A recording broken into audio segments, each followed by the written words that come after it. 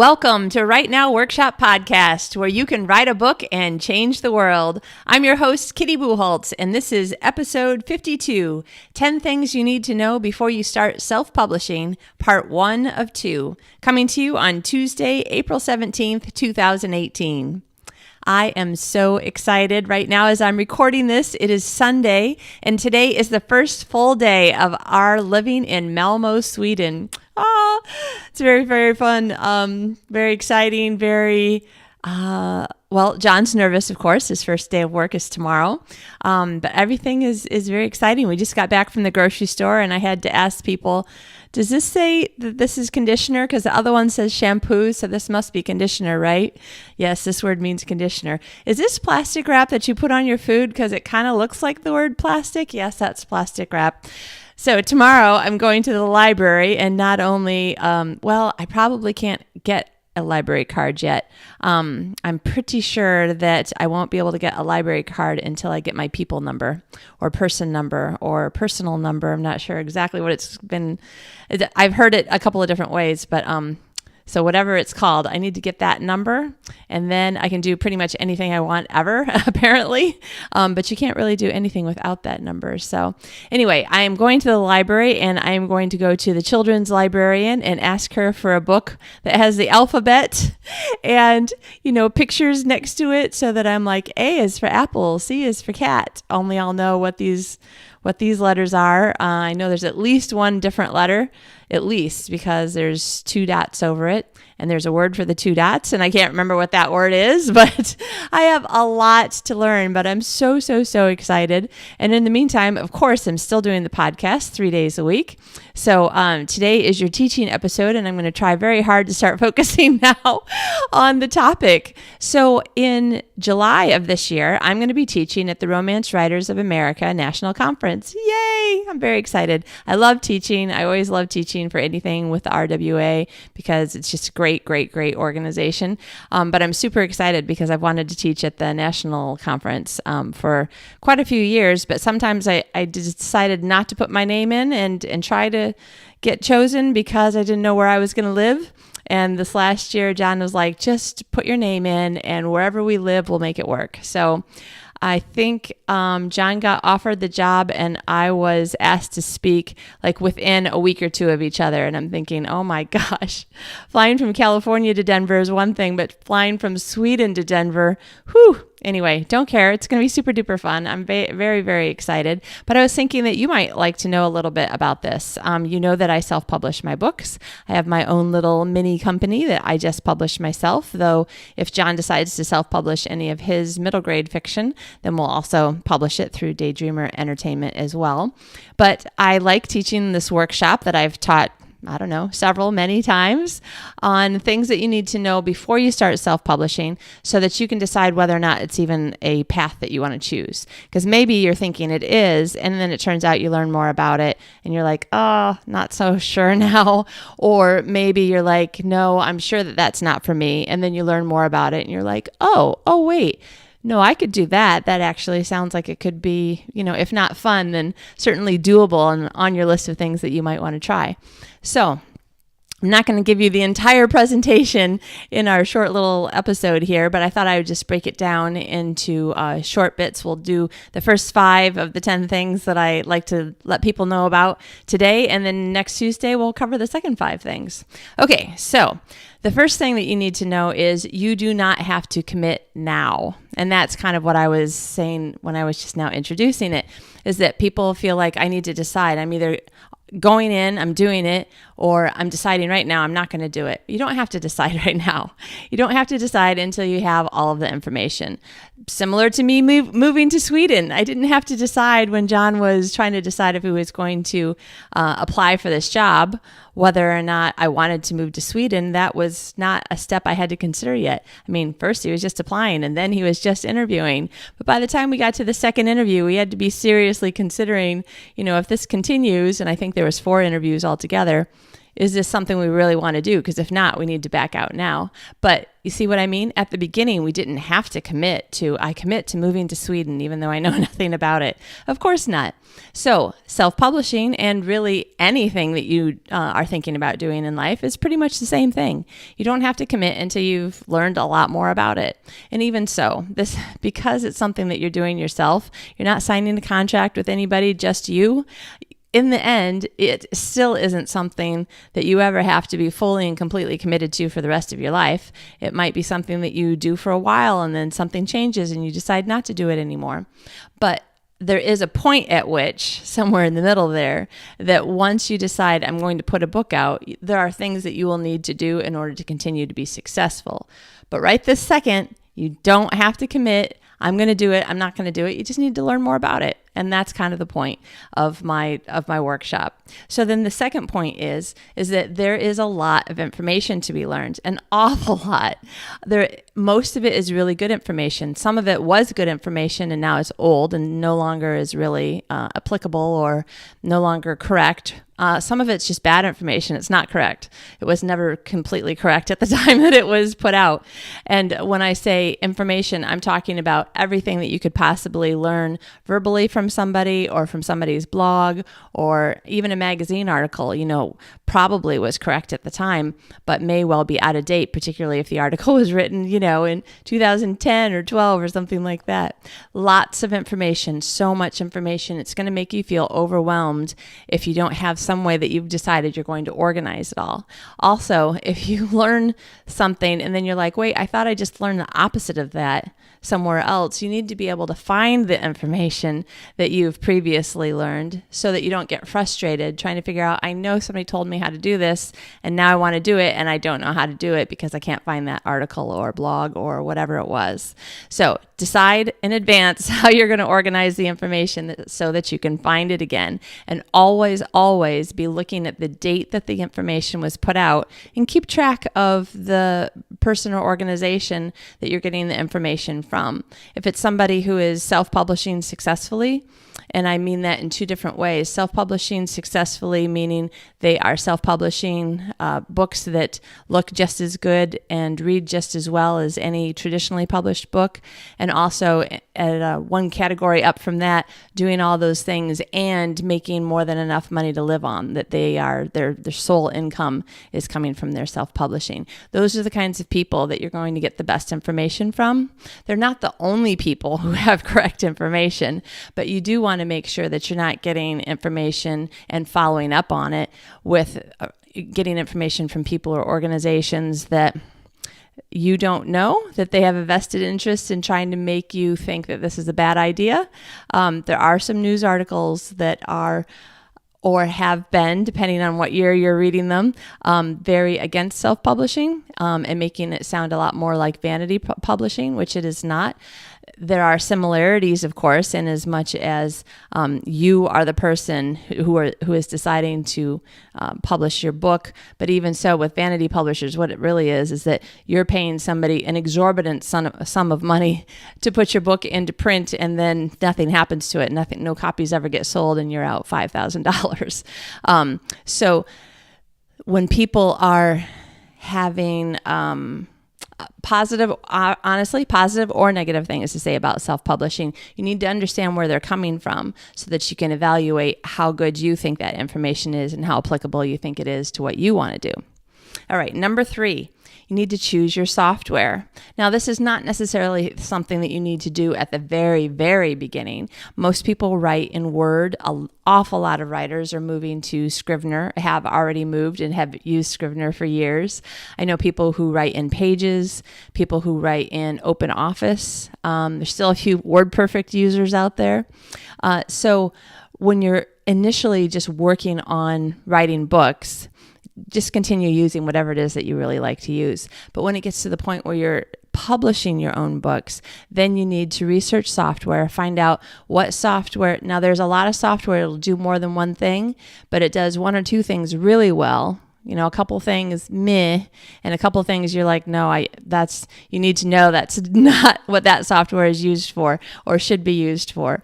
So, depending on what sorts of things that you're going to do. If you're going to publish a book that's just for your children and an extended family or something, then, there's a lot of things that don't make quite as much difference. But if you're publishing a book that you want to get up on, multiple retailers like Amazon, Barnes & Noble, Kobo, iBooks, stuff like that, then you want to make sure that you're using software that is putting together a ebook and or print book that looks and feels absolutely professional to the end user, because the end user has no idea what you're doing. But you need to make sure that you've chosen software that other people have said, this is great software for this and this.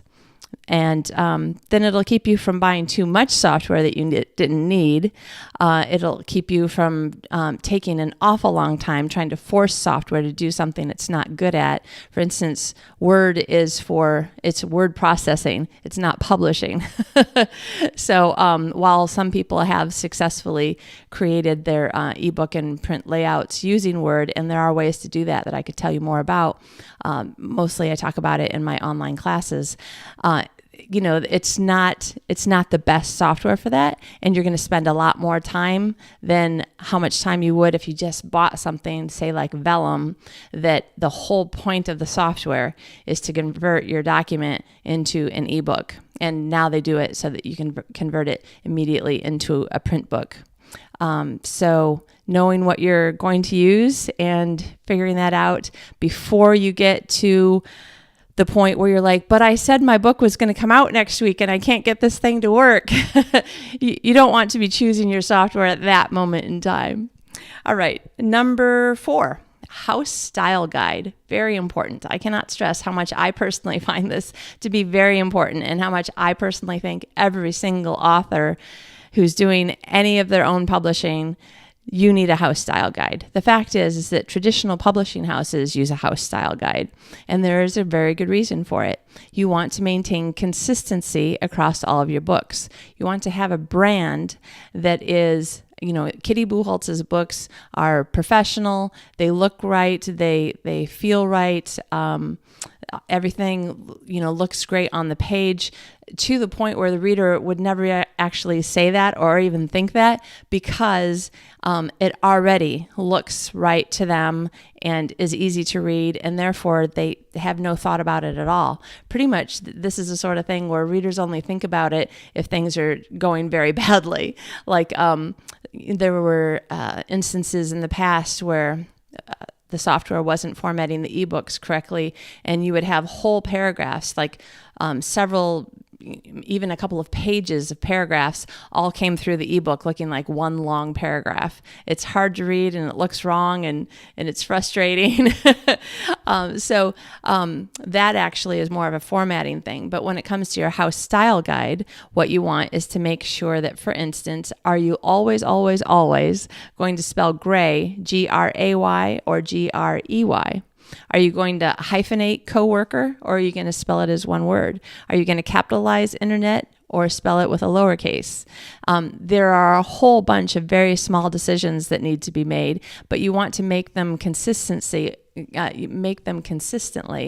and keep them the same throughout all of your books. And if you write nonfiction and fiction, again, you still want to stay consistent. You want to have a brand that is one where readers aren't finding errors, and they're not finding things where whether they notice it at the front of their brain or not, there will be a place where they are noticing that this word was spelled differently a few pages ago.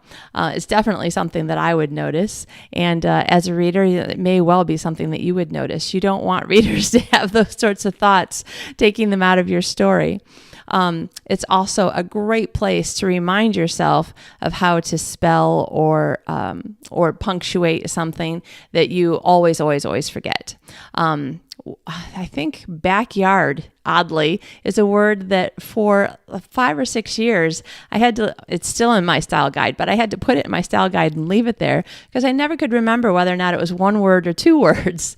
And so part of creating your house style guide is deciding what the foundation is that you're going to use to begin the creation. So for instance, I use the Chicago Manual of Style. I happen to use the 15th edition because it's the one that I have. It doesn't change enough for me to worry about buying a new one anytime in the near future. And I think it's up to at least edition 20 right now. It's ginormous. I think it's got to be 1,000 pages anyway. But it answers every single question you could possibly have about capitalization, punctuation, stuff like that. And then choosing which one dictionary you're going to use, because not every dictionary spells words the exact same, particularly if you're talking about, are you going to use an Australian dictionary because you live in Australia? Because there are some things that are spelled differently, an awful lot of words that are spelled differently, some punctuation that is different. I know this because I went to grad school in Australia, and I had to learn to redo a whole bunch of things and try to remember them and hold them in my mind. Are you going to use a British dictionary, an American dictionary? Obviously, it depends on where you live, who you are and where you live. It depends on whether or not you want to use words, phrases, punctuation, etc., that are more likely to appeal to the biggest audience that you have. So for instance, I know there are a few UK writers who their biggest audience is actually Americans. And I've heard at least one person say that they did or were thinking about changing over so that everything was American spellings, American punctuation, so that the biggest part of their audience wasn't frustrated, confused, emailing him or her, stuff like that. On the other hand, I know at least one American author who writes more kind of a medieval feel book, and she decided to use all British words, phrases, spelling, punctuation, that sort of thing, to bring that feel of this kind of British medieval feel to the reading of it. So whatever you choose is totally up to you. Just have a reason for it. Have it written down. That's your house style guide. Okay, and then number 5, last one for today, is a formatting checklist. This used to be much, much, much more important to me because I was literally hand formatting my entire book to make it into an ebook. And then I bought vellum and my entire world became rainbows and unicorns and sunshine because suddenly it did everything for me right away. Now there's 1 or 2 really small things that I wish it did. It will probably do at some point in the future, but it doesn't do. There are an awful lot of changes that you can make. Like you can choose this particular format and then go through and tweak a whole bunch of bits of it. There's a few things that you can't tweak yet. They're always making improvements on it. Unfortunately for Windows users, it is currently only a Mac software, and I think that they are the people. I have several different pieces of software that I'm familiar with the people who made them, and I think that Vellum is one of the ones where the fellows said that they're not planning on putting out a Windows version in the near future. On the other hand, Scrivener, though not necessarily the best thing that you can use for formatting, it will create ebook files, and I know some people have used it, so that is a possibility. It's also available for Windows and Mac, so that's good. But the fact is that there are some things that you're going to need to decide. For instance, do you like the look of a drop cap at the beginning of every new chapter? It's like the capital letter that is as tall as 2 or 3 lines of text. Or do you prefer all caps all the way across the whole first line? Do you prefer to do all caps for just the first half of the first line? Are you going to do what pretty much is the norm in all fiction publishing, which is to not indent the first paragraph of a new chapter? There's all these little tiny things that you need to decide, and a lot of them you never even think about until suddenly you have to decide it. So these are some things that you'll want to decide and write down so that, again, you can be consistent, have a professional look that is your look. And that will be part of your formatting checklist. And then as you come up with new things that you need to do, that you'll have both how to format your ebooks and how to format your print books all written down. And then, you'll have a very professional look. It'll be consistent. Readers will, if they're going to be annoyed, they're going to be annoyed with every book, and they're just going to have to deal with, well, that's the way that I do it. I use a drop cap. I'm sorry that you hate to have that great big first letter. Nobody's going to complain about that. That's a pretty normal way to format a book. So, but I'm just saying that, the less that readers are complaining about things that have nothing to do with your story, the better for you, right? Well, those are the first 5 things of the 10 things that I have in my 10 things you need to know before you start self-publishing. And next week, we will do this second 5 things. And then you'll have kind of an overview of what it is that I'm going to be teaching at the RWA conference. That'll be fun for everybody who's not going. You'll get the information early. And if you are going, you get the information earlier and you can think about it and ask me questions when you get there. I hope you are having a fantastic day. I am. It's a lovely foggy day in Malmö, Sweden. I'm overlooking I would say the backyard area, but I don't know the right words to use here. So it's an apartment building. So not the terrace. The word is escaping me. I'm not too jet lagged, but my mind is still full of an awful lot of things that don't include figuring out what the right word is that I want to use. If you're watching on YouTube, you can see the relatively dark bedroom behind me of my lovely new apartment. And I will see if there's anything interesting that I can put on YouTube for people to see. We are actually, and I mentioned this last week maybe or the week before, John and I did decide we are definitely going to have a YouTube show on my Kitty Bucholtz channel that is going to be 2 Americans in Malmö, and we recorded the first episode in LAX. I guess technically it was the day before yesterday. When you fly for a long time, you sort of forget. I started on this day and ended on that day. So what day was it? But so we recorded the first episode, and I'll let you know when that's up on YouTube. It's probably going to be a whole bunch of little short episodes, a whole bunch for a while every single thing in the world is new to us. And then we'll see if we can keep it up at once a week with just telling you interesting things we're doing and seeing and eating and that sort of thing. So I will give you more information on that. Remember, you can always find links to anything that I'm talking about in the show notes, which is at podcast.rightnowworkshop.com. I would love for you to leave a review sometime, let other people know what you think of the show, and it helps people to figure out whether or not this is the kind of show that they would want to listen to, if it's the right show for them. And mostly, I just want to say thank you. You guys have all been so welcoming and charming and supportive and encouraging, and I just love having you with me on this journey. I hope that I can continue giving you great information and give you little bits of my new life in Sweden, too. Have a great week, and I will talk to you more soon.